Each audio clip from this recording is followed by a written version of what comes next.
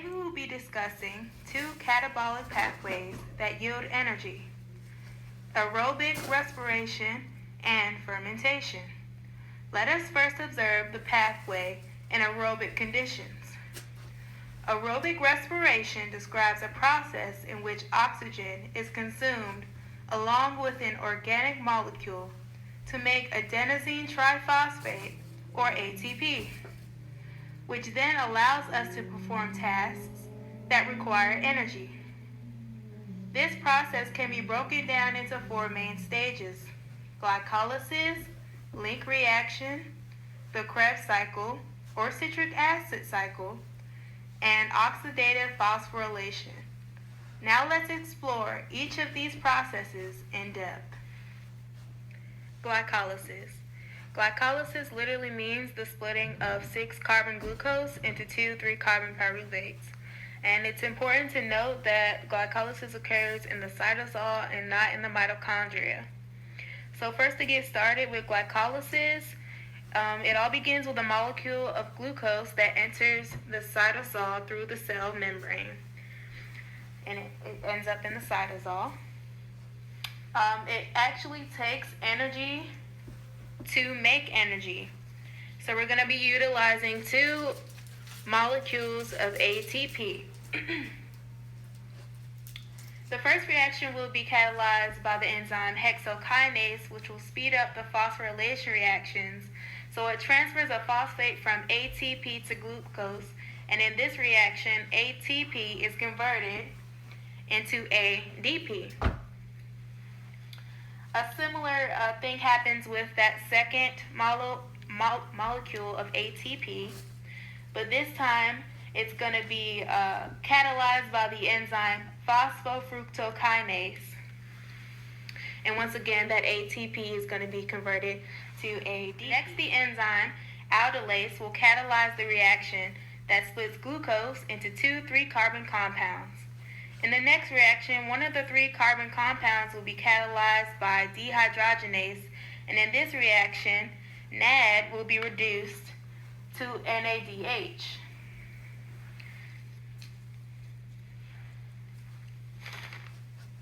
This is used later in the electron transport chain to produce more energy. Also, the reaction utilizes a molecule of inorganic phosphate. So I'll put this little phosphate over here to signify that coming out. After this, phosphoglycerate kinase transfers a phosphate group to ADP, which converts it into ATP. So we're going from ADP to ATP. Pyruvate kinase then transfers a phosphate to ADP to form ATP.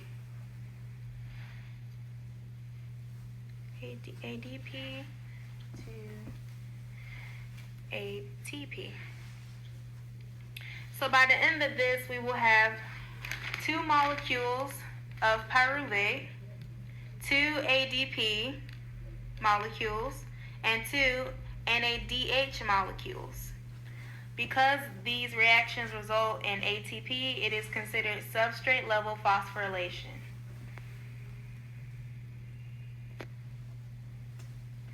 So next up is link reaction. We already know that oxygen is present due to this process being aerobic. So now pyruvate can be converted to acetyl-CoA. This pathway is called the link reaction since it connects glycolysis to the Krebs cycle.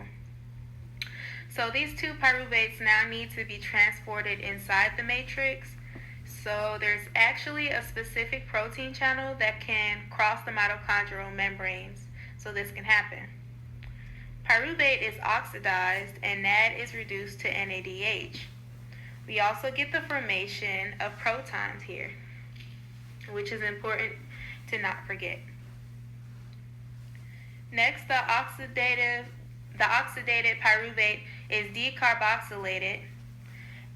So now coenzyme A can bind to the 2-carbon compound that is left to form acetyl-CoA. Oops.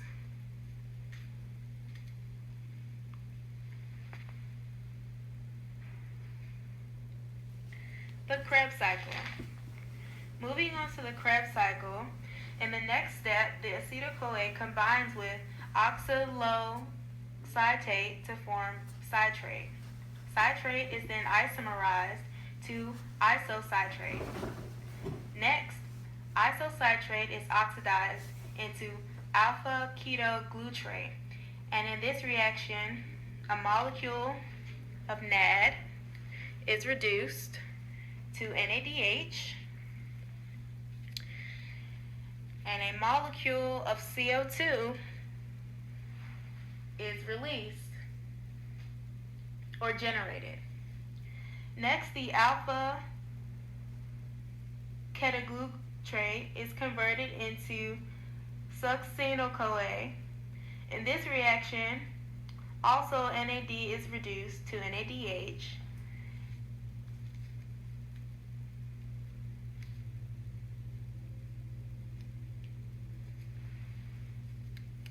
and CO2 is released.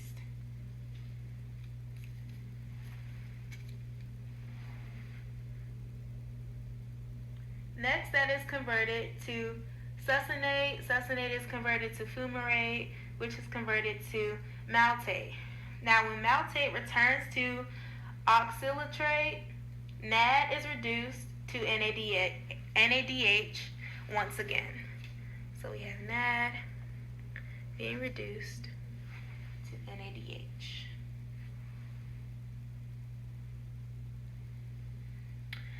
Oxidative phosphorylation.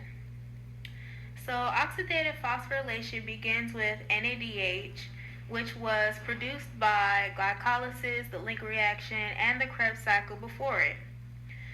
This NADH is oxidized to NAD+ and donates 2 electrons to the electron transport chain.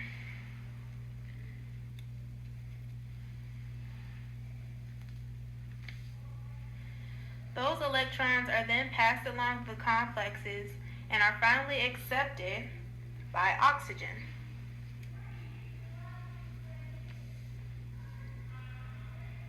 And with a few hydrogen ions, this can produce water, H2O.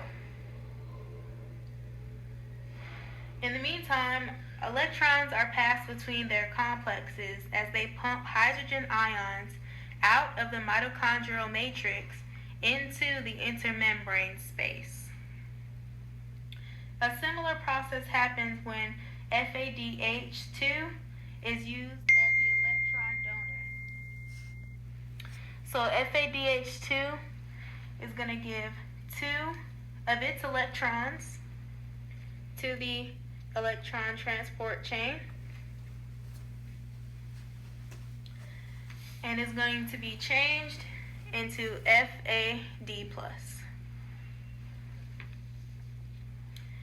From this, hydrogen ions are pumped across the membrane into the intermembrane space and finally flow back down their concentration gradient from an area of high to low concentration. This is described as chemiosmosis.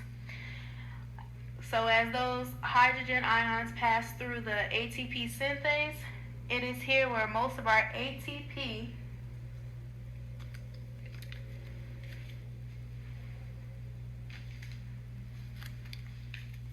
is made. Now let's circle back to consider fermentation. It occurs in the cytosol and is an anaerobic cellular process in which organic molecules are converted to simpler compounds and ATP is generated from that. So to make this more accurate, I'm going to remove this oxygen. During glycolysis, glucose molecules are split into two pyruvates during a sequence of enzyme-controlled reactions. This is the same reaction that occurs in aerobic respiration, but without oxygen, pyruvate is converted to lactic acid in animals or ethanol in plants and yeast. So in a situation where we have no O2 available, that's going to be converted into lactic acid.